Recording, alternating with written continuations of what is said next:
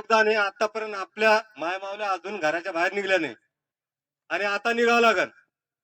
आता तुम्ही तुमच्या मुलासाठी किंवा मुलीसाठी कष्ट करता की नाही दिवसभर शेतात जाता, संध्याकाळी घरी आल्यानंतर मग आता तुम्हाला वाटतं पाहिजे मुलगा शिकला पाहिजे, मग मुलगी शिकली पाहिजे. जर तो 10वी पर्यंत गेला आणि 10वीच्या नंतर तुमची ताकद आहे का त्याला पैसे लावायची? मग आता तुम्हाला त्याची फी भरायची तर भरतान का तुम्ही? मग याच्यासाठी आपल्याला संघर्ष करणे आणि आपल्याला एसटी मध्ये अंमलबजावणी करणे. एसटी मध्ये आपलं जिथं लाख रुपये लागायचे तिथं आपलं 5,000 थांबव. तुम्ही सहज 5,000 भरू शकता. भरतान का नाही? मग याच्यासाठी माझ्या मावल्याला सांगितलं आहे की या सरकारने आपल्याला निव्वळ गाजर दाखवलेलं आहे. आपल्याला मला सांगा दिल्ली पर्यंत जायला कशाने जाताना आपण? मुंबई दिल्ली बस नाही तर लक्झरी, बरोबर आहे.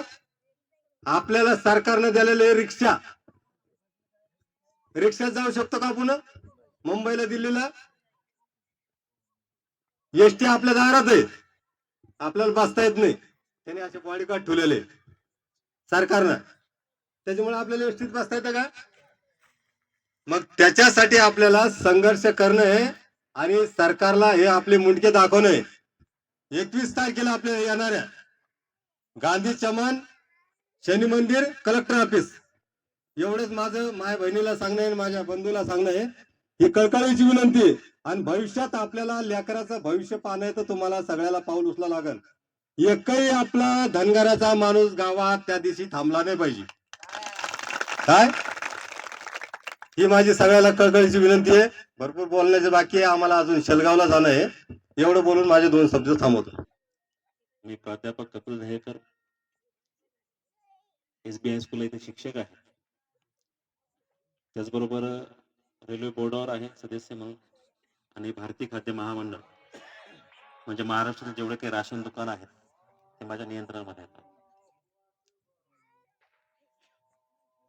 काही घोषणा करूया, कारण मांडवा हा गाव बराच आपला समाज आहे, परंतु पाहिजे तितकं मला इथे दिसत नाही. म्हणून त्यांच्यापर्यंत आवाज जाण्यासाठी आणि त्यांनाही इथपर्यंत बोलवण्यासाठी आपण काही घोषणा करूया. आणि आवाज माझ्यापेक्षा तुमचा जास्त पाहिजे. यळकोट यळकोट यळकोट यळकोट, खंडोबाच्या नावानं, बिरोबाच्या नावानं, पुण्यश्लोक अहिल्या मातेचा जय असो. छत्रपती शिवाजी महाराज की जय. जय भवानी, जय शिवाजी. वा, धन्यवाद. नक्कीच 21 तारखेचा मोर्चा जबरदस्त होईल अशी आशा आहे. एसटी आरक्षणाच्या अंमलबजावणीचा हा मोर्चा आहे. धनगर समाज 70 वर्षापासून त्या मागणीसाठी सातत्याने प्रयत्न करीत आहे, परंतु सरकार कोणतेही असो त्यांनी आतापर्यंत आपल्याला भूलथापा दिल्यात आणि आपल्या समाजाला या एसटी आरक्षणाच्या संदर्भामध्ये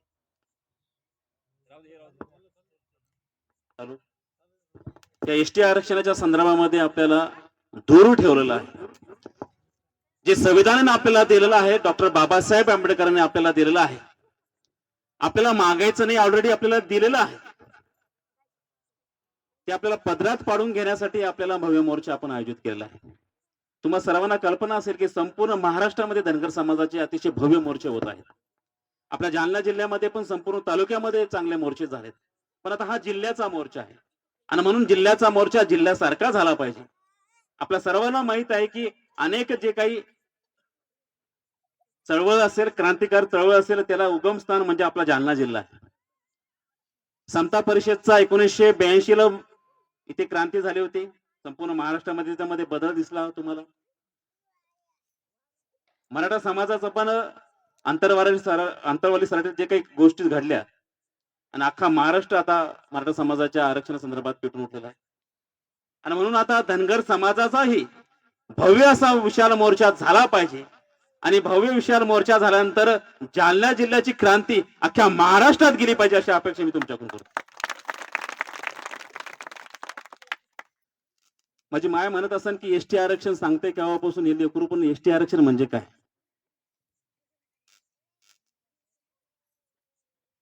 मला कल्पना आहे. थोडक्यात सांगतो की एसटी आरक्षण म्हणजे एक संविधानानं दिलेलं एक संरक्षण कवच आपल्याला दिलेलं आहे. जो आपला समाज रानावनात फिरत होता आतापर्यंत, आताही काही फिरतो. आणि म्हणून संविधानानं काही यांना अतिरिक्त सवलती दिलेल्या आहेत. एक उदाहरण सांगतो शेतकऱ्याच्या संदर्भामधलं. आदिवासी समाजाला 90% सबसिडी असते. एकच योजना सांगतो तुम्हाला, अशा अनेक योजना आहेत. मी एक योजना सांगतो तुम्हाला. तुम्हाला जर का 7 लाखाचा ट्रॅक्टर घ्यायचा असेल आणि 90% सबसिडी आपल्याला आहे, तर मला तुम्ही सांगा की आपल्याला किती रुपये भरावे लागेल? फक्त 10%. म्हणजे 10% म्हणजे 1 लाख. 7 लाखाचा ट्रॅक्टर आहे आपल्याला फक्त 1 लाख भरायचे. मग 6 लाखाचा फायदा कोणाच्या खिशामध्ये? आपल्या खिशामध्ये. हा शेतकऱ्याचं एकच योजना मी सांगते, अशा असंख्य योजना आहेत. आपल्या मुलाच्या संदर्भामध्ये पहिलीपासून तर उच्च माध्यमिक जे असेल किंवा डॉक्टर क्षेत्र असेल, इंजिनिअरिंग क्षेत्र असेल, अशा अनेक उच्च पदवी घेण्यासाठी, शिक्षण घेण्यासाठी अनेक शिष्यवृत्त्या मोठ्या प्रमाणामध्ये आदिवासी समाजाला. आपले तरुण बांधव जे मोठ्या प्रमाणामध्ये अतिशय चांगल्या पद्धतीने शिक्षण घेतात, 90% मार्क घेतात. पण आपल्याला फक्त 3% आरक्षण असल्या कारणाने, 2 कोटी समाज असल्या कारणाने, तिथं पण मोठी स्पर्धा असल्या कारणाने आपले अनेक तरुण नोकरी संदर्भामध्ये वंचित राहतात. काही जे मुलं आहेत ते उद्योग करू शकतात, त्यांना करायची इच्छा आहे, पण भांडवल नाही. पण आदिवासी समाजाला बँकेकडून 90% सबसिडीनं भांडवल मिळतं. ते आपल्या विद्यार्थ्याला मिळालं असतं. म्हणजे मला सांगायचं तात्पर्य आहे की 70 वर्षापासून जर का शेतीच्या सगळ्या योजनांचा पैसा आपल्या खिशात आला असता, आपल्याला फायदा झाला असता. आपले लेकरं त्यांना सगळं मोफत शिक्षण मिळालं असतं, तर आज आपल्या घरामध्ये, प्रत्येक घरामध्ये शिक्षक असेल, ग्रामसेवक असेल, तलाठी असेल, डॉक्टर असेल, तहसीलदार असेल, कलेक्टर असेल, हे सगळे नोकऱ्या आपल्या घरात असत्या. माझा तरुण बांधव आज जो बेकार फिरतोय तो तरुण राहिला नसता. मी माझं एक उदाहरण सांगतो. माझे आजोबा मेंढपाळ होते. त्यांनी माझ्या वडिलाला शिकवलं, वडील नोकरीला लागले, त्यांनी आम्हाला शिकवलं आणि आज आमचं सरळ कुटुंब शिकतंय. आमच्या घरामध्ये 5 जण नोकरीला आहे. म्हणजे बायको पण नोकरीला, मी पण नोकरीला आहे. म्हणजे एक माणूस शिकला तर अख्खं कुटुंब सुधारत. एवढ्या सगळ्या गोष्टी संविधानानं आपल्याला दिल्या, पण ते आपल्याला 70 वर्षापासून या गोष्टीपासून, आपल्या अज्ञानापासून आपल्याला दूर ठेवलं.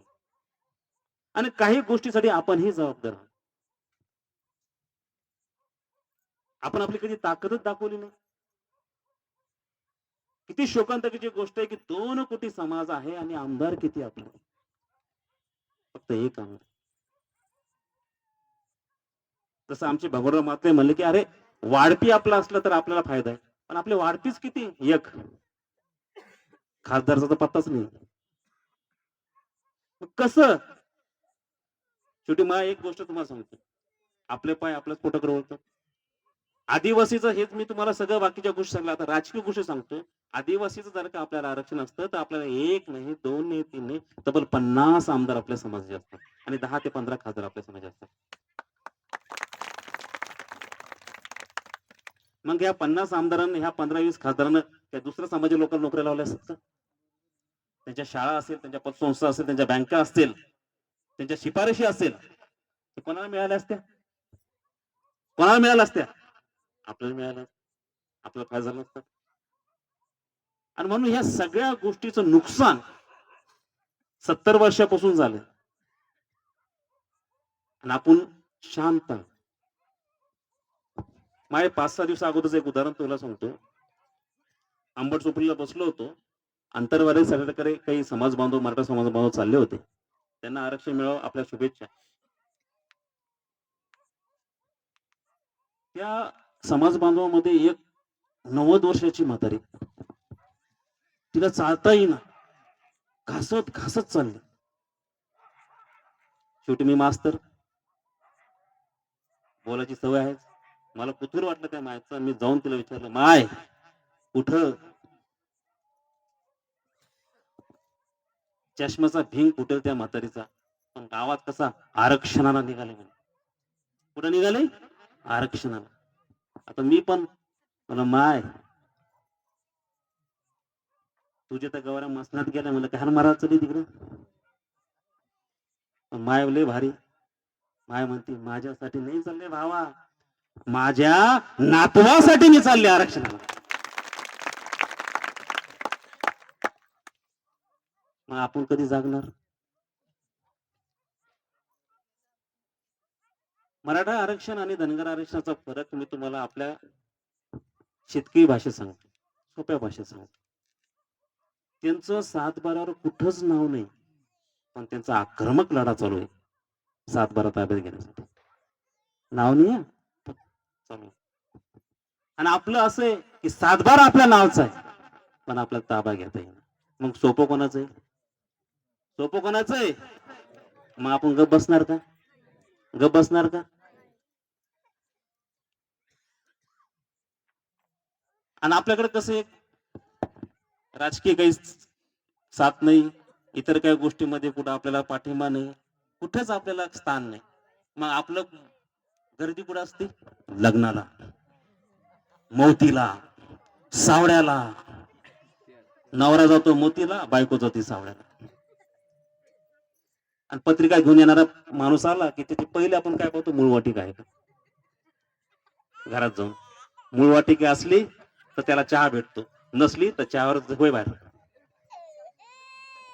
मला सांगायचं तात्पर्य आहे की आपण नको त्या ठिकाणी खूप गर्दी करतो, पण ज्या ठिकाणी आपल्या लेकराचं भवितव्य आहे, ज्या ठिकाणी आपलं लेकरू त्याचे हक्क आहेत, त्याचे अधिकार आहेत, त्या ठिकाणी आपण गर्दी करत नाही. आणि म्हणून ह्याच गोष्टीचा फायदा राजकीय लोकांनी घेतला आणि 70 वर्षापासून आपल्याला वंचित ठेवलं. आणि म्हणून तुम्हा सगळ्यांना 21 तारखेची मूळ वाटी देण्यासाठी काय माय एवढ्या वर्ष आता गोडीने संसार केला, तिथं 21 तारखेला जोडून यायचं.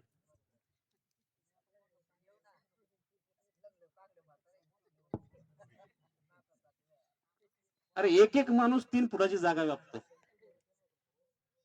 आणि सरकार फक्त संख्येनं घाबरतंय. आणि ते बी टायमर घाबरत, कधी बी घाबरत नाही. आता सरकार घाबरायचा टाइम आलाय, कारण येणाऱ्या 5-6 महिन्यात सगळ्याच निवडणूक आहे. लोकसभा आहे, विधानसभा आहे, स्थानिक स्वराज्याची निवडणूक आहे. आणि जेव्हा निवडणूक येतात ना, तेव्हा तुम्ही काहीही म्हणा ते होच म्हणता. आणि एकदा जर का निवडणुका झाल्या रे झाल्या, तुम्ही रक्ताचा सडा करा, तुमच्याकडे त्यांनी वळून पाहिलं तर काय बोला, बघतच नाही. मग हे सरकारचं टाळकं ठिकाण आलं तर नाही आपल्याला. मग आपल्याला काय करावं लागेल? जसं चूलबंद आमंत्रण असतं ना, तसं कुलूपबंद आमंत्रण मी तुम्हाला देण्यासाठी आलो. घरातला एक सदस्य घरी आला नाही पाहिजे, सगळे तिथं, लेकरापासून सगळे तिथं. त्या लेकराला बी कळालं पाहिजे की काय चालू आहे कार्यक्रम. आणि आता जर का गर्दी नाही केली तर उद्या ह्या लेकराच्या शिव्या खायला तुम्ही तयार राहा. ते म्हणाल जेव्हा आरक्षणाचे मोर्चे चालू होते मांडव्याला, पांडुरंग कोल्हे, नितीन कानारे, भगवान मात्रे, गणेश कोल्हे, सर्व मंडळी, आमचे सोरमारे भाऊ सगळे आले होते. तुम्हाला सांगायला आले होते की चला 21 तारखेला मोर्चा आहे. आणि तुम्ही काय करत होते? घरी बसून.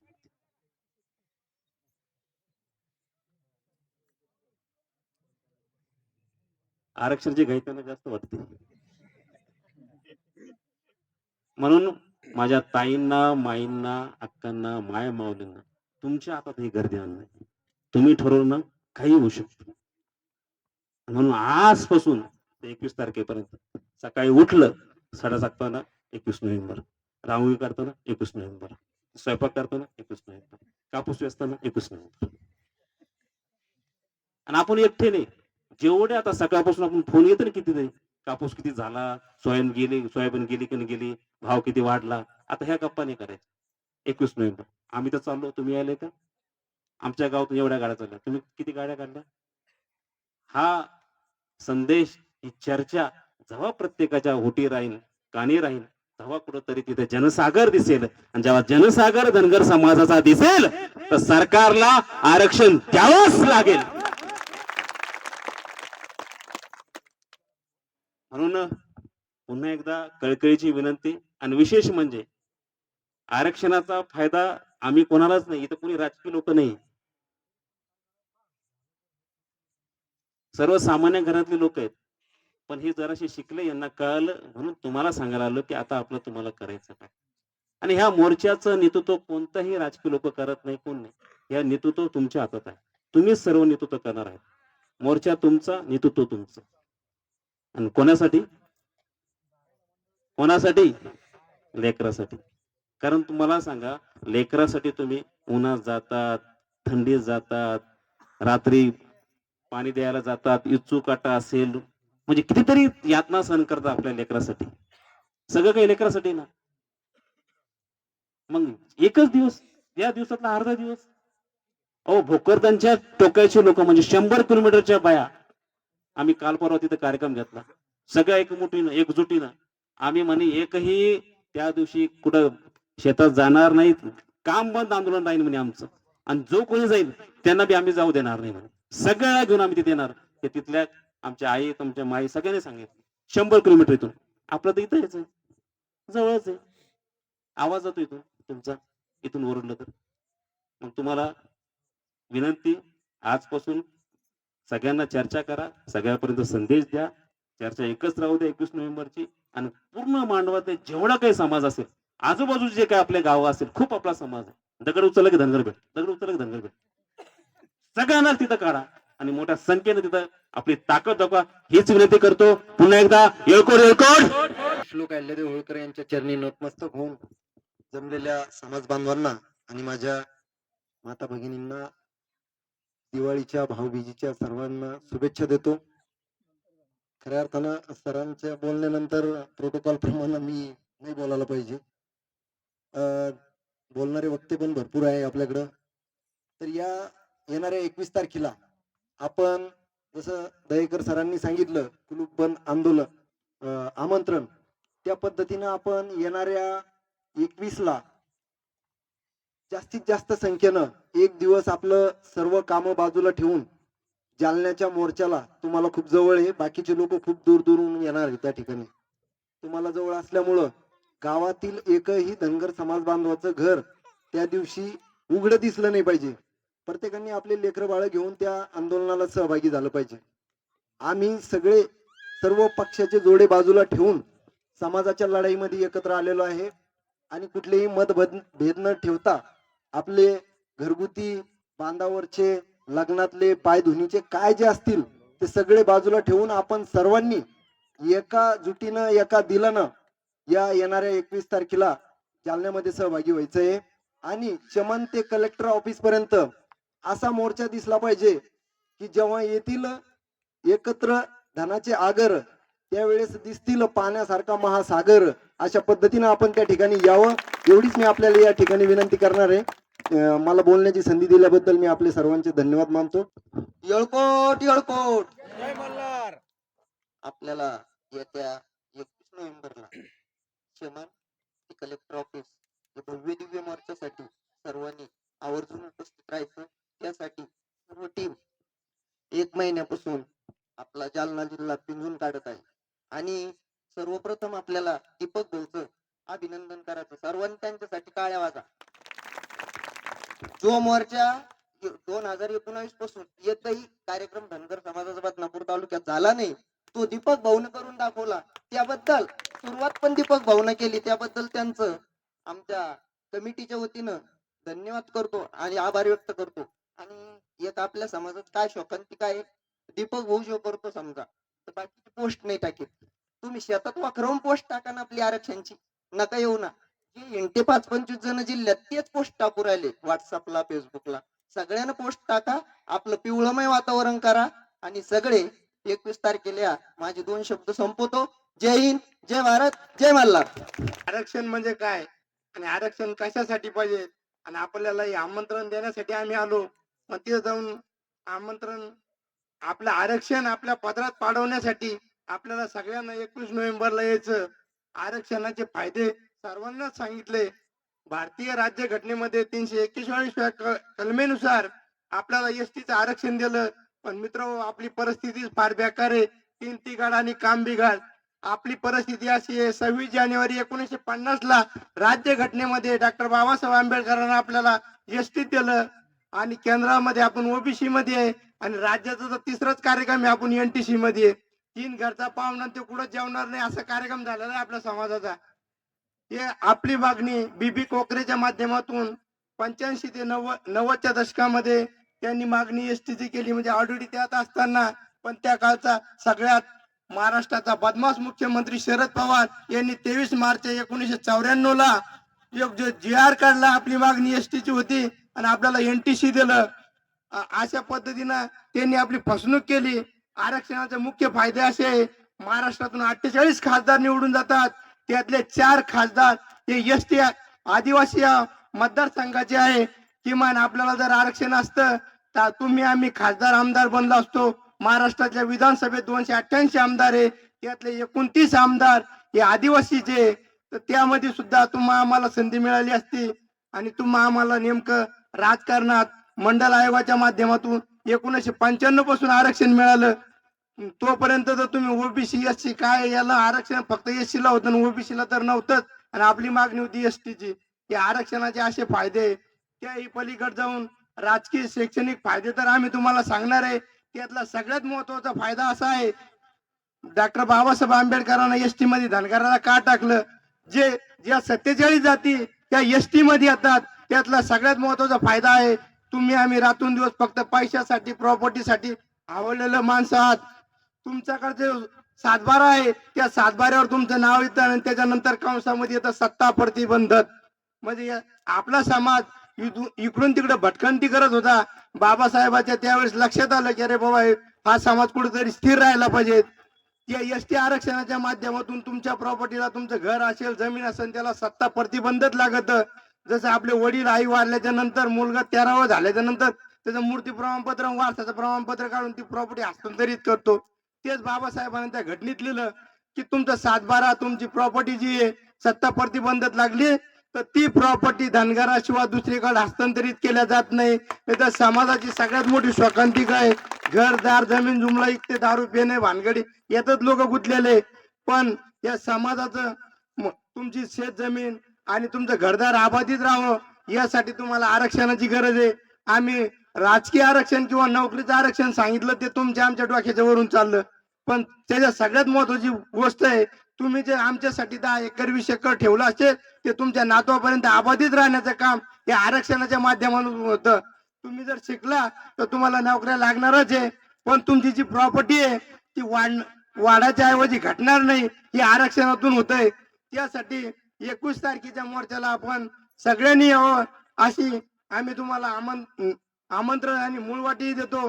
त्यासाठी आज 26 जानेवारी 1950 ला जी घटना आली तेव्हापासून आपली एक काळची राजकर्ती जमात आजच्या लोकशाहीमध्ये लोकसभेच्या पहिल्या स्वतंत्र भारताच्या निवडणुका 1952 झाल्या तेव्हापासून धनगर समाजाचा एकही खासदार नाही. एक काळी आपण राजकर्ते होतो. आपल्या अहिल्यादेवीनं 29 वर्ष राज्य केलं, पण राजकर्ती जमात मागती बनली. याचं कारण तुम्हा आम्हाला त्या घटनेतल्या गोष्टी समजल्या नाही. आणि हे समाजाचं असेल तर बाबासाहेबांना आपल्या सगळ्यात महत्वाचा अधिकार दिला.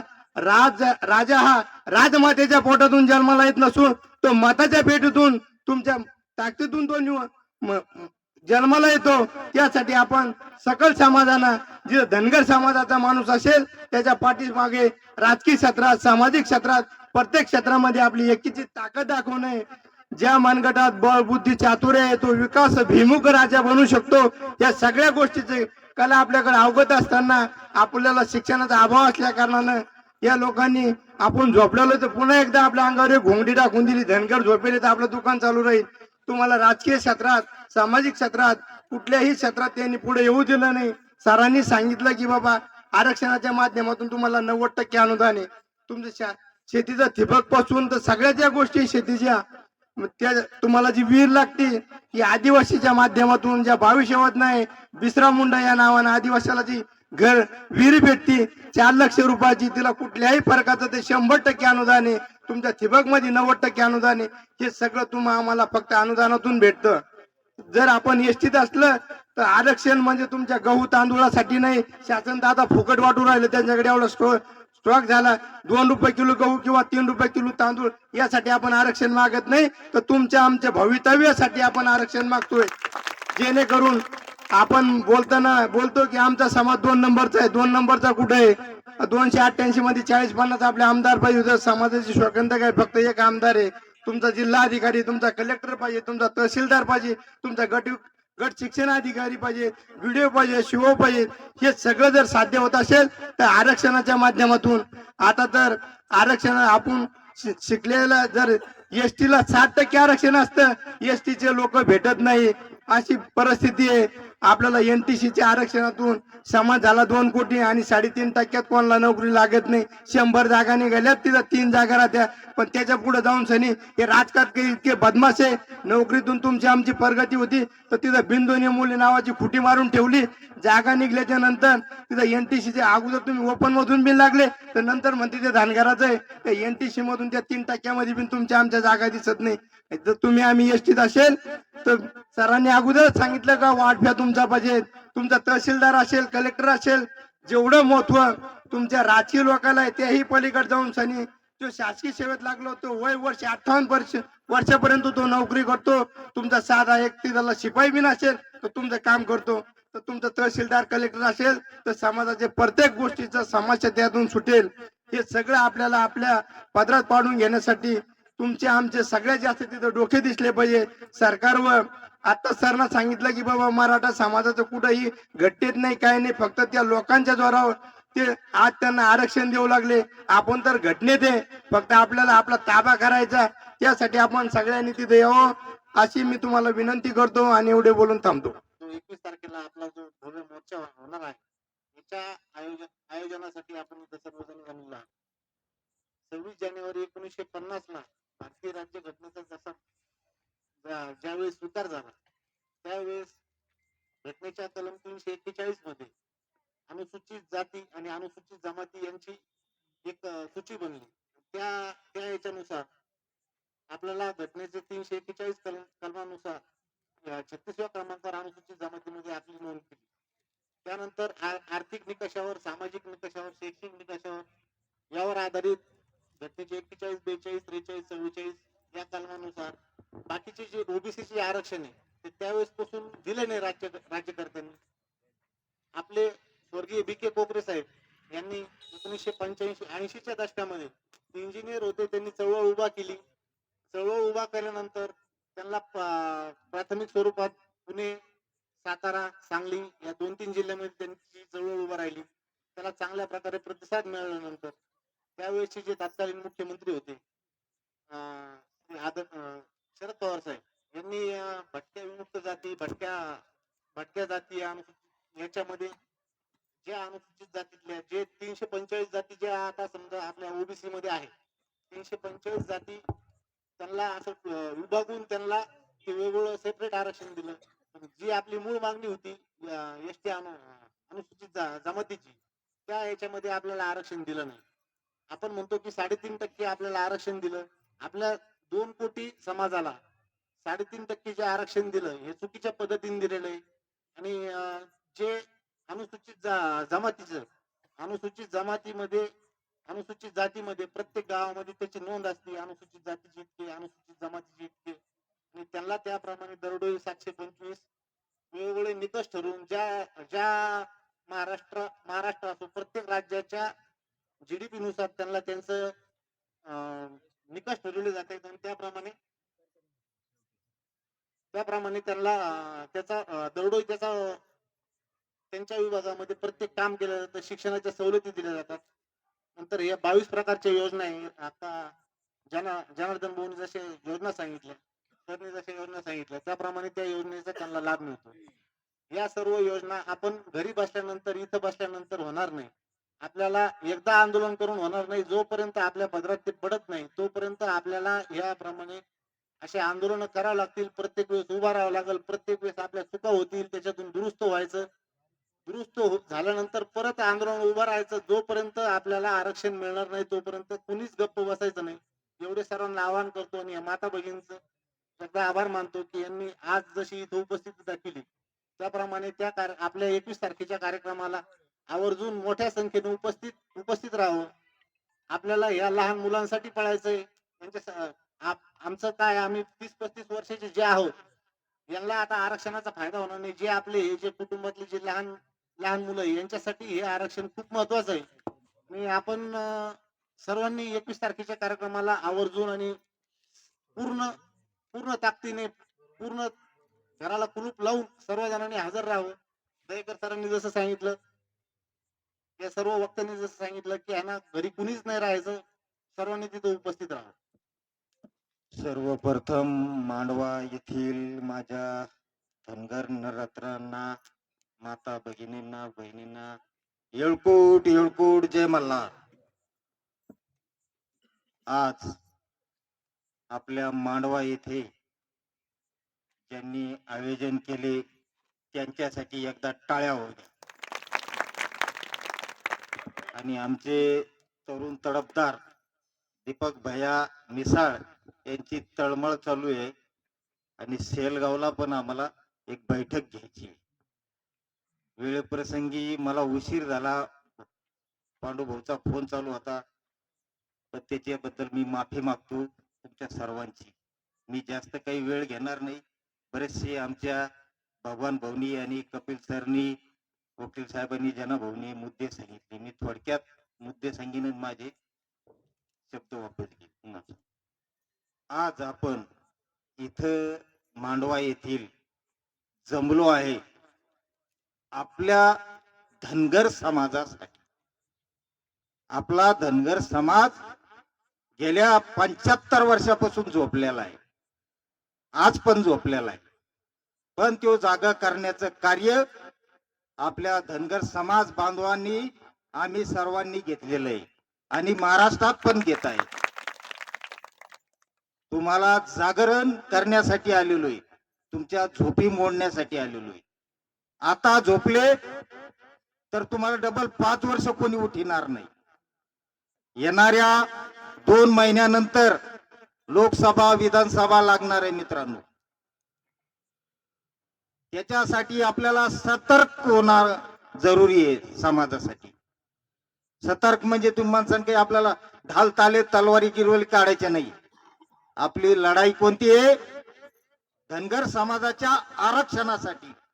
आपल्याला आरक्षण भेटलेलं आहे पण त्याची अंमलबजावणी झालेली नाही.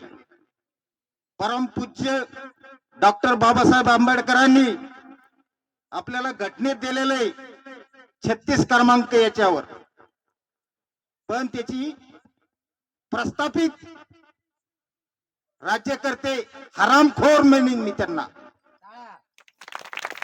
त्या हरामखोरांनी माझ्या धनगर समाजावर सतत अन्याय केलेला आहे. तो आता अन्याय सहन नाही करायचा आहे. मी काही तुमच्या गावात माझी शाखा संघटना ओपन करायसाठी नाही आलेलो. मी फक्त तुमच्या गावात माझा धनगर तळागाळातला रस्त्यावर जागी करण्यासाठी आलेलो आहे. जो हा माझा धनगर समाज सर्वसाधारण जागी होईल त्याचं हे सार्थक होईल एसटी आरक्षणासाठी. आता सध्याला आपली लढाई सुरू झालेली आहे अख्ख्या महाराष्ट्रात धनगर समाजाच्या एसटी आरक्षणासाठी. आपले नेते बी भांडत आहे, आग लागलेली आहे. आपला मित्र मराठी समाज बांधव जरांगे पाटलांनी मोर्चा चालू केलेला आहे. त्यांच्या मोर्चाला माझ्या शुभेच्छा आहे. पण मी तुम्हाला सांगायचं कहून की त्याचा माणूस मराठा समाज, माता भगिनी घरचं काम कोणतं पेरलेलं असलं ते उपटून फेकटे कहून माझ्या मराठा समाज मोर्चा याच्यातून मराठा समाजाला आरक्षण भेटण्यासाठी रस्त्यावर उतरत आहे. मग मित्रांनो, आपल्याला गेल्या 75 वर्षापासून दिलेलं आहे, मग आपण का झोपवतो? आपण जागी झालो पाहिजे. आता जागी नाही झालो तर कधी नाही, आभी नाही तो कभी नाही. या अनुषंगाने सांगण्यासाठी आमची जिल्हा कमिटी तळागाळात आपले 7 तालुके काढले आहे पिंजून. ग्रामीण भागाही दौरा चालू आहे. आता आम्हाला सेलगावला जायचंय, पण तुम्हाला सांगतो मित्रांनो थोडक्यात, माझा परिचय करणं जरुरी आहे. तुमच्या गावात आलो बोलून गेलं, तुम्ही म्हणणार माईल कोण आलं हे कोण बोलून गेलं, याचा काही मेळच नाही लागला. पण मी सांगतो तुम्हाला, मी नितीन गंगाधर कानडे, राहणारा फारेगावचा. ग्रामपंचायत बी माझी आहे आणि ग्रामपंचायतच्या पदावर पण आहे मी. माझे 2 ऑटोमोबाईल्स आहे.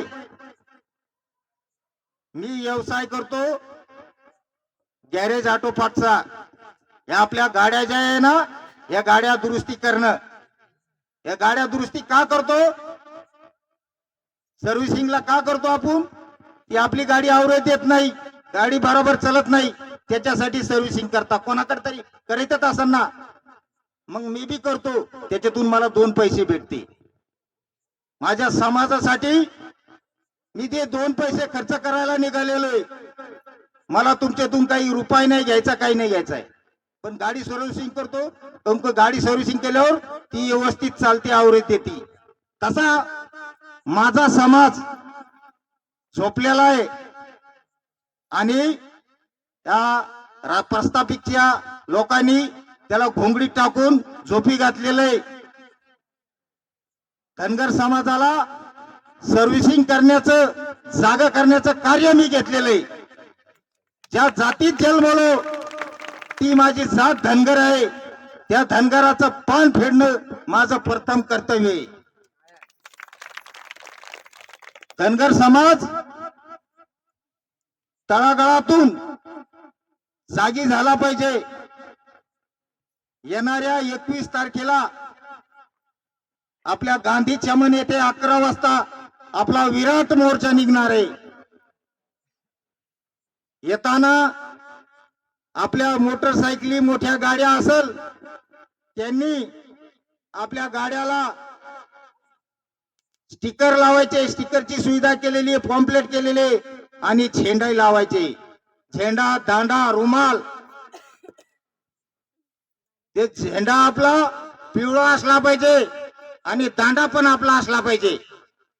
आतापर्यंत आपण प्रस्थापित राज्याचे जे पक्षाचे झेंडे उचलले मित्रांनो, याच्यानंतर तुम्ही आपला मोर्चा झाल्यानंतर उचला.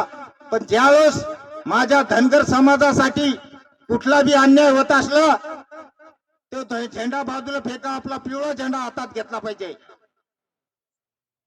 तुम्ही कोणत्याही पक्षात कार्य करा, पण समाजाच्या टायमाला त्याचं राजकारण नाही झालं पाहिजे.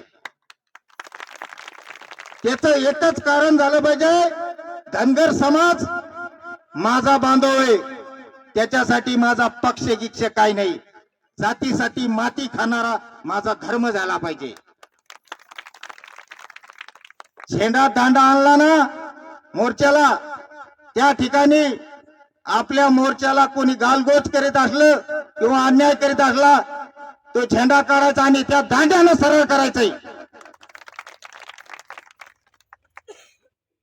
मी तुम्हाला या गोष्टीसाठी आव्हान करण्यासाठी आपल्या मांडवा इथे आलेलो आहे.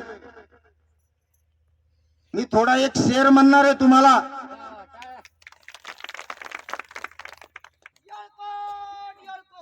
जय मल्हार. ना दौलत पे नाज है, ना शौहरत पे नाज है, ना दौलत पे नाज है, ना शौहरत पे नाज है. क्या है पैदा भगवान ने हमें धनगर समाज में, इसलिए मेरे धनगर समाज पे नाज है. ही धनगराची आग प्रत्येकाच्या मनात, डोक्यात उज्ज्वल झाली पाहिजे, झंझण्या झाल्या पाहिजे. आता माझ्या माता भगिनी बसलेले आपल्या शेतकरी वर्ग आहे, जास्त करून नोकरी वर्गात कोणीच नाही. आताच सीझन आपलं शेतातलं कापसाचं सीझन चालू आहे. सोयाबीन ते गेले, आता गहू हरभरा तर काही येऊ शकत नाही कारण पाण्याचा अभाव, काही पाऊस झालेला नाही. पण मातांना मी तुम्हाला सांगतो, आता कापसाचं चालू आहे. सध्याला तुम्ही कापूस वेचायला जात असाल, कापसाचा काय धाडा चालू आहे तुमच्याकडे मोजायचा याचायचा? माझ्याकडे 50 रुपये चालू आहे माझ्या गावाकडे. एक बाई किती धाडा येसती? 10 धडे. किती व्हायला लागले पैसे? 500. काही बाई शिल्लक मोजीत असेल, येचित असेल 15, 550. आणि हे 500-600 रुपये तुमचे होते. आणि तुम्हाला तुम्ही म्हणसान माझा त्या दिवशीचा दिवस 500-600 रुपये बुडायला लागला, मी कशाला जाऊ मोर्चाला? आणि जायचे बी 100 लागन. मग किती झाले ते पांडभाऊ? किती झाले ते? 700 रुपये झाले. मग हे 700 रुपये बुडायचे जायचे कशाला बाबा? हे येडं आलं काही सांगायला लागले हा?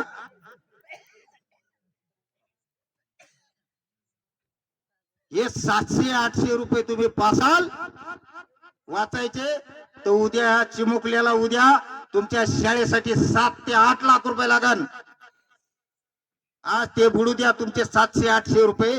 त्या दिवशी तुमच्या रोजंदारीचा मी पूर्ण दिवस मागत नाही, तुमच्या आयुष्यातला जास्त नाही 3 ते 4 तास मागत आहे मी तुमच्यासाठी. तुम्हाला मी 1 ते 2 वाजता धनगर समाजाच्या वतीनं मोर्चाचं मोकळं करणार आहे. पूर्ण दिवस बिन नाही घेत तुम्हाला. आपला मांडवा लय जास्त नाही, 10 मिनिटाचा रस्ता आहे. तुम्ही इथून 10 वाजता निघा.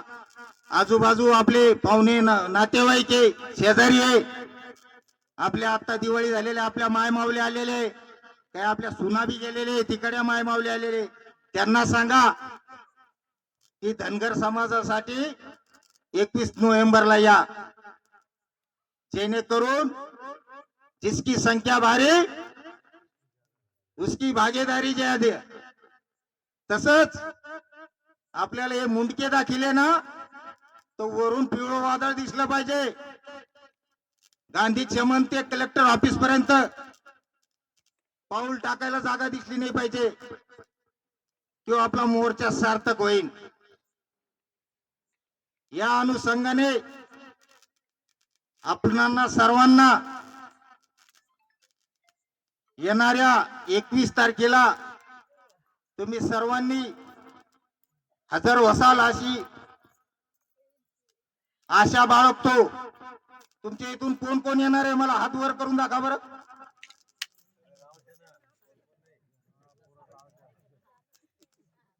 एकट्यानं नुसतं हात नाही करायचंय, जोडीनं. आणि जोडीनं बी करून तुम्हाला सांगतो, एकट्यानं आणायचं नाही. एक माणूस किती घेऊन जाऊ शकतो? 4 नाही मित्रा, 5 घेऊन जाऊ शकतो. मी सांगतो तुला त्याचं उत्तर, मी सांगतो 5 कसं घेऊन जाऊ शकतो.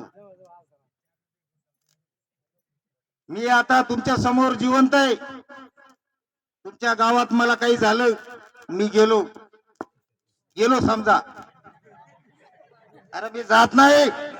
अरे मी काय, परमेश्वरानं मला ताकद दिलेली आहे धनगर समाज जागा करण्यासाठी. तुमच्या गावात मी जर का गेलो, एकटाय मी जालन्याहून आलेलो, गेलो, मला उचलायला किती येईल? आणि माझं पाणी धरणार कोण राहील? 5 घेऊन का जाणार नाही का? मग तुम्ही एकटे हात करायला लागले, मग किती आणणार तुम्ही? आपण मराठा महासंघामध्ये मोर्चामध्ये आपण गेलो की नाही? मी गेलो कारण मला अभिमान आहे. मग आपले मित्र ते बी येणार झाले, त्याला म्हणा तुम्ही बी आले पाहिजे. या अनुषंगाने सगळ्यांनी 5-5, 10-10 आणायचे.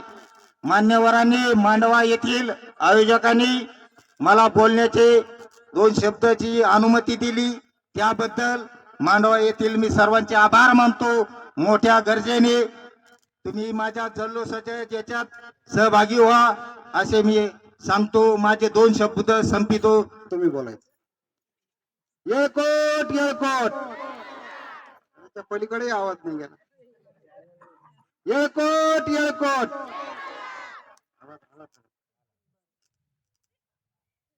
आज या ठिकाणी 21 तारखेला होण्याच्या जो महामोर्चा आहे त्या संदर्भात या ठिकाणी घोंगडी बैठक आयोजित केली आणि या घोंगडी बैठकीला आमची सर्व जिल्ह्याची कमिटी, तालुक्याची कमिटी सर्वच या ठिकाणी आले.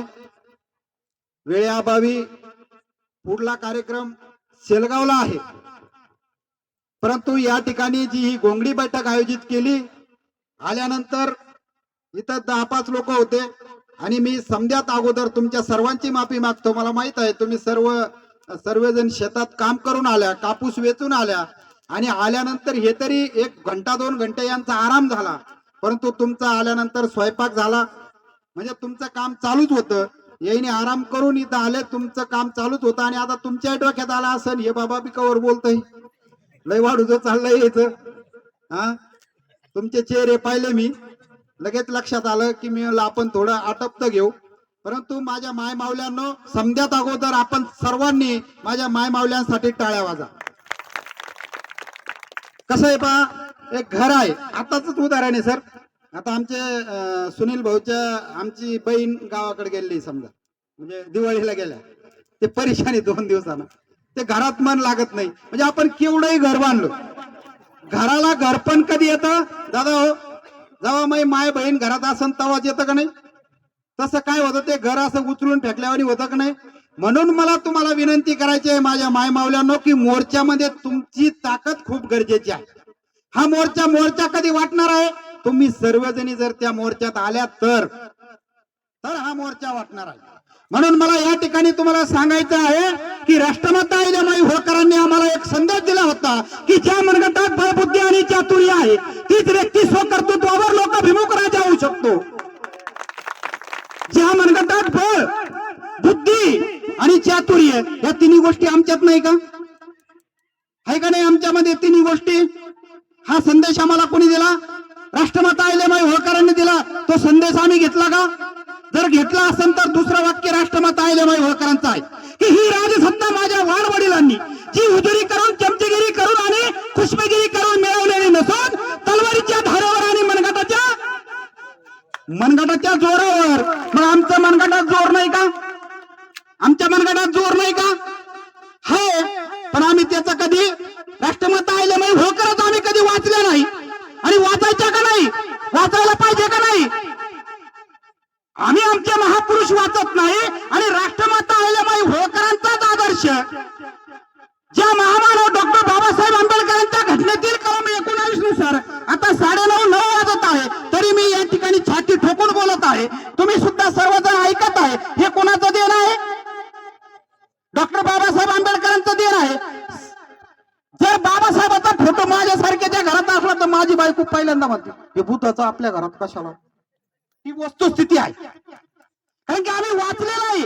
आणि ज्या राष्ट्रमाता अहिल्याबाई होळकरांचा संदेश बाबासाहेबांनी आम्हाला दिला, बाबासाहेबांनी काय सांगितलं आम्हाला की राजकारण इज द मास्टर की, पॉलिटिकल ही जादूची चावी आहे. अहिल्याबाई होळकर काय म्हणतात? ज्या मनगटात बळबुद्धी चातुर्य स्वकर्तृत्वावर लोकाभिमुख राजा. आणि बाबासाहेब आंबेडकर काय म्हणतात? पॉलिटिकल इज द मास्टर की, राजकारण जादूची चावी आहे. काय फरक आहे का? शब्द सारखेच आहे, रचना थोडी वेगळी आहे. तर संदेश बाबासाहेबांनी अहिल्याबाईंचा संदेश आम्हाला दिला. आम्ही बाबासाहेबही वाचले नाहीत आणि अहिल्याबाई होळकरही वाचले नाहीत. आणि मग कसं आमच्या मुलाबाळांचं कल्याण होणार आहे? म्हणून मला तुम्हाला या ठिकाणी सांगायचं आहे की राष्ट्रसंत तुकाराम महाराज म्हणतात की तुझा आहे तुझ्यापाशी तरी तू जागा चुकलाशी. आम्ही काय आहेत, आम्ही कोण आहेत हे आम्ही तपासलं नाही, हे आम्ही परखलं नाही, हे आम्हाला परखावं लागेल. याच्यासाठी आपल्याला हा मोर्चा आहे, या मोर्चाचं आयोजन आहे, या मोर्चाचं नियोजन आहे. हा मोर्चा कुठल्याही पक्षाला मोठा करणारा नाही, कुठलाही नेता घडवणारा मोर्चा नाही. परंतु आज खरंच या ठिकाणी मला काय बोलावं हे मी विचार करत होतो की समजा शेवटी माझ्यावर वेळ आली आणि जे मला बोलायचं ते सर्वांनी बोलून टाकलं, मग मी बोलायचं काय? काय बोलावं? म्हणून बांधवांनो या ठिकाणी आपण बाबासाहेब आंबेडकर वाचले पाहिजे आणि बाबासाहेबांचं संविधान आपल्या घराघरामध्ये असलं पाहिजे. कारण की बाबासाहेबांच्या संविधानानुसारच तर आपण कलम 341 मध्ये धनगरांना बाबासाहेबांनी रिझर्वेशन दिलं. आमच्या जातीचा काही संबंध नव्हता. परंतु त्या बुद्ध धर्माचा प्रचार आणि प्रसार आमच्या जातीच्या सम्राट अशोकाने केला. त्या जातीचं रक्त आमच्या अंगामध्ये सळसळत आहे. त्या सम्राट अशोकांचं रक्त आमच्या अंगामध्ये सळसळत आहे. हे आम्ही विसरता कामा नाही. आणि या भारत देशाचा 7/12 आज सुद्धा या धनगरांच्या नावावर आहे. आज सुद्धा तुम्ही जाऊन बघा, सम्राट अशोकांच्या नावावर या भारत देशाचा 7/12 आहे. आम्हाला शिकवलं जातं जगात सिकंदर आम्हाला शिकवलं जातं. हा सिकंदर जग जिंकत आला आणि या भारतामध्ये आल्यानंतर या भारतामध्ये त्याला नतमस्तक होण्याचं काम ज्या चंद्रगुप्त मौर्याने केलं, त्या चंद्रगुप्त मौर्यांचा रक्त या अंगामध्ये सळसळत आहे. आयऱ्या गाड्यानं तो खैऱ्याचं नाही, हे आम्ही लक्षात घेतलं पाहिजे माझ्या माय मावल्यांनो. या गोष्टी आम्हाला माहित असल्या पाहिजे. एवढा आमचा ज्योतिर्ल इतिहास आहे. अरे खऱ्या अर्थानं या मराठेशाहीचा झेंडा कटक ते अटकपर्यंत फडकवण्याचं काम ज्या महापुरुषांनी केलं, त्या महापुरुषाचं नाव आहे मल्हारराव होळकर. हे मल्हारराव होळकरच आम्ही कधी वाचले नाही. यशवंतराव होळकर आम्ही कधी वाचले नाही. बघा, यशवंतराव होळकरांनी खऱ्या अर्थानं अहिल्यामाई होळकरांचा संदेश कसा आपल्यामध्ये आत्मसात केला. एका बाजूला पेशव्यांनी तुकोजीराव होळकरांना कैद केलं आणि हत्तीच्या पायाखाली तुडवलं त्या पेशव्यांनी. मग भाऊ एकीकडे ठार मारला गेलेला आहे, पूर्ण कुटुंब एकीकडे कैदेमध्ये आहे. मग आता करायचं काय? एकटा पट्टी आहे. मग काय केलं? बाहेर निघाला, जे सौंगडी भेटतील ते जमा केले आणि सोबत घेतले. आणि बांधवांनो, जनाभाऊ, ज्या पुण्याला लुटेरा म्हणजे बघा, दोन गोष्ट मी तुम्हाला या ठिकाणी सांगतो. याच्या अगोदर जर आपण बघितलं असेल की छत्रपती शिवाजी महाराजांना इतिहासकार सांगतात की सुरतचा लुटेरा कोण? छत्रपती शिवाजी महाराज. बरोबर आहे. प्रति छत्रपती शिवाजी महाराजा यशवंतराव होळकरांना का म्हणतात? त्याचं एक महत्वाचं कारण आहे की पुण्याचा लुटेरा, जसं याचा सुरतचा लुटेरू छत्रपती शिवाजी महाराज आणि पुण्याचा लुटेरू महाराजा यशवंतराव होळकर. का लुटला पुण्या? कारण की ज्या पुण्याने आमची वाट लावली बांधवांनो, त्या पुण्याला लुटण्याचं काम यशवंतराव होळकरांनी केलं. प्रति छत्रपती शिवाजी महाराज सुद्धा आमच्याकडे आहे. या गोष्टी आम्हाला माहित असल्या पाहिजे. मला आल्याबरोबर खंत वाटली का अरे या ठिकाणी एवढा आपला समाज आहे आणि तुम्हाला आमंत्रण निमंत्रण द्यावं लागतं. मला सांगा, तुम्ही जरंगे पाटलांनी जी सभा घेतल्या, तुमच्या गावात आले होते का? कोणी आलं का कोणाच्या पाण्यात? नाही. कशावर गेले? समजे लोक आपले काही गेले. त्यांनाही तुमच्या सोबत आणण्यासाठी भाग पाडा. आमचं त्यांना समर्थन आहे. तुम्ही जाऊन समर्थन दिलं, त्यांचंही आपल्याला समर्थन पाहिजे का नाही? असायलाच पाहिजे. म्हणून बांधवांनो, मला या ठिकाणी बोलण्यासारखं भरपूर आहे, पण पुढचाही कार्यक्रम आहे. म्हणून या मोर्चाचं आयोजन नियोजन कुठल्या एका व्यक्तीनं केलं नाही. कुठल्या आमदाराला प्रेरित होऊन हे आयोजन नियोजन नाही. कुठल्या खासदाराला प्रेरित होऊन हे आयोजन नियोजन नाही. कुठल्या पक्षाला प्रेरित होऊन आयोजन नियोजन नाही. आमची सर्व जिल्ह्याची टीम, आमची सर्व तालुक्याची टीम ही समधी एका जागी बसली आणि आयोजन नियोजन केलं. त्याच्यामुळे हा मोर्चा आपला आहे. म्हणून मी नेहमी सांगत असतो की या मोर्चाची जी काही वाटचाल आहे, ही वाटचाल थांबू द्यायची नसेल तर आपल्याला जे करता येत असेल ते करावं. ज्याला बोलता येत असेल त्यांनी बोलावं, ज्याला लिहिता येत असेल त्यांनी लिहावं, आणि ज्याला या दोन्ही गोष्टी करता येत नसेल तर ज्याला देता येत असेल त्यांनी द्यावं. जे काही तुम्हाला देता येत असेल ते द्यावं. जर या तिन्ही गोष्टी आपल्याला करता येत नसेल, कमीत कमी हा मोर्चा जे काही मोर्चाचं काम करत आहे, जसं दीपकनी सांगितलं की कमीत कमी ते मोर्चाच्या लोकांना त्यांचं खच्चीकरण करण्याचं काम आपण करू नये. कारण तुमच्या हक्काची लढाई सुद्धा ते लोक त्या ठिकाणी लढत आहे. एवढं मला तुम्हाला या ठिकाणी सांगायचं आहे. जाता जाता जसं आता कानडे भाऊनी सांगितलं की मोर्चामध्ये येताना झेंडा आमचाच असला पाहिजे आणि दांडा आमचाच असला पाहिजे. का? कारण की आता आम्ही गफलत होता कामा नाही. आता काही आम्हाला काही गाजर रुपी समिती या सरकारने गठीत केलेली आहे. या सरकारवरती बिलकुल भरोसा ठेवू नका. 2014च्या अगोदर जे सरकारने आम्हाला धोका दिला, बोलता बोलता सांगितलं शरद पवारनी कसा धोका दिला. मग 2014 जे काही आमचं बारामतीला झालं 1992ला, त्या बारामतीच्या मोर्चामध्ये आम्हाला जे आश्वासन दिलं होतं ते काही आमचं पाया गेलं नाही. 2014ला पहिल्यांदा ह्या महाराष्ट्रामध्ये भारतीय जनता पार्टीचा मुख्यमंत्री झाला. कोणामुळे झाला? धनगर समाजामुळे झाला. धनगर समाजाने भारतीय जनता पार्टीला शब्द दिला. धनगर समाजाने 100% शब्द पाळला सर, परंतु भारतीय जनता पार्टीनं आमचा शब्द पाळला नाही. म्हणून मला या ठिकाणी सांगायचं आहे, विरोध म्हणून मी या ठिकाणी बोलत नाही, सत्यता म्हणून तुम्हाला सांगतोय की बाबा धनगरांनी आणि महाराष्ट्राच्या इतिहासात पहिल्यांदा घडलं की भारतीय जनता पार्टीचा मुख्यमंत्री या महाराष्ट्रामध्ये विराजमान झाला. कुणामुळे विराजमान झाला? धनगरांच्या मतामुळं. धनगरांना तुम्ही शब्द दिला होता, धनगरांनी धनगरांचा शब्द पाळला, परंतु तुमचा शब्द तुम्ही आतापर्यंत पाळला नाही फडणवीस साहेब. म्हणून तुम्हाला या ठिकाणी या धनगरांच्या वतीनं इशारा आहे, जर तुम्ही आता 19ला जे काही पहिल्या कॅबिनेट मध्ये देणार होते दिला नाही, 19 पर्यंत पूर्ण कॅबिनेट झाल्या आणि 19 नंतर आता 24 येत आहे. 24 चे 2 महिने बाकी आहे बांधवांनो. म्हणून आपल्याला इशारा द्यायचा आहे, जर तुम्ही आमचा निर्णय घेतला तर आम्ही इथून पुढचे 100 वर्ष तुम्हाला सत्तेमध्ये ठेवू, आणि जर आमचा निर्णय घेतला नाही, जर आमची अंमलबजावणी केली नाही, तर हा धनगर तुम्हाला खुर्चीपासून खाली खेचल्याशिवाय सुद्धा राहणार नाही. हा इशारा सुद्धा आपण या ठिकाणी देणार आहे. मोर्चाच्या संदर्भामध्ये येताना एक गोष्ट सांगेन आणि थांबल. बांधवांनो, एकदा एका जंगलामध्ये आग लागली, जंगलामध्ये वनवा पेटला आणि समजे जण आपला जीव वाचवण्यासाठी जंगलामध्ये जे काही लोक राहतात, म्हणजे हत्ती राहतात, घोडे राहतात, वाघ, शिव, समजे पशु समजे जण, हे समजे जण पाण्याच्या दिशेनं, एका तलावाच्या दिशेनं, म्हणजे आपल्या घाणेवाडी तलावाच्या दिशेनं पळू लागले. समजे पळत असताना समजे आपला जीव वाचवण्यासाठी पळत होते आणि पळता पळता त्या वाघाने सिंहाने पाहिलं की एक चिवताई, एक चिमणी आपल्या चोचेमध्ये आमच्या घाणेवाडी तलावातलं पाणी घेत होती आणि जो जंगलाला वनवा लागला त्याच्यावरती फेकत होती. हे पाहताना 1, 2, 3, 4 वेळेस पाहिलं आणि जंगलाचा राजा सिंह गेला. अगं चिवताई, हे काय करतेस म्हणे. नाही म्हणे, दादा मी जंगल विझवण्याचा प्रयत्न करते. अगं म्हणे, तुझ्या एवढीशा चोचीनं हे जंगल कसं विझणार. म्हणून त्या शिवताईनं एक नम्रपणे असं उत्तर दिलं की हे शिवदादा, मला माहित आहे माझ्या चोचीमध्ये पाणी फेकल्याने काही जंगलाची आग विझणार नाही, परंतु ज्या ज्या वेळेस या जंगलाचा विषय निघाला, या जंगलाला आग लागली, याची चर्चा होईल, त्यावेळेस माझी गिनती ही जंगल हिजवणाऱ्यामध्ये असणार आहे, ती जंगल पाळणाऱ्यामध्ये नसणार आहे. म्हणून मला तुम्हाला सांगायचं आहे की आपण सर्वांनी मोर्चाला यावं. कोण येणार नाही याची हे करू नका. ज्यावेळेस मोर्चाची चर्चा होईल त्यावेळेस लोक म्हणतील नाही नाही, सोलाट सुद्धा मोर्चामध्ये समजात अगोदर होता, वाघमारे जरी घरी बसला असेल बसू द्या, पण सोलाट पुढे होता. म्हणून आपण सर्वांनी मोर्चाला यावं एवढीच विनंती या ठिकाणी करतो आणि थांबतो.